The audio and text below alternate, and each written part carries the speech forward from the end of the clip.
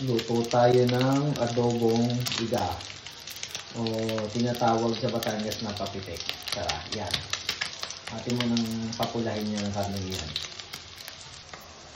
Pag ganito na yung itsura ng karne, pwede mo na itong ilagay sibuyas at bawang. Yan. Dami.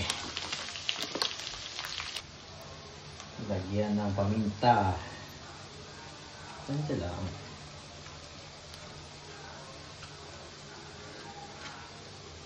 Okay na yan. Sambitan natin konti. Yun. Tapos bechin.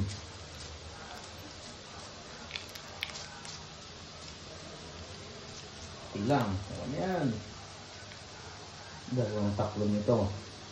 Suka. Ito pa. 2 minutong hahaluin. Saka natin lalagay yung toyo. Yung toyo.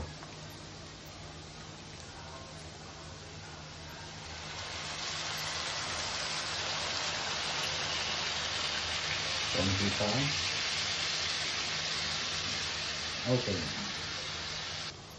So, ganito na yung tsura ng papitik o adobong iga sa Batangas. Ayan. So, ito na nga po at tapos na ang ating nilulutong papitik o adobong iga sa Batangas. Ayan. Sarap. Kanin na lang ang kulang. Babush!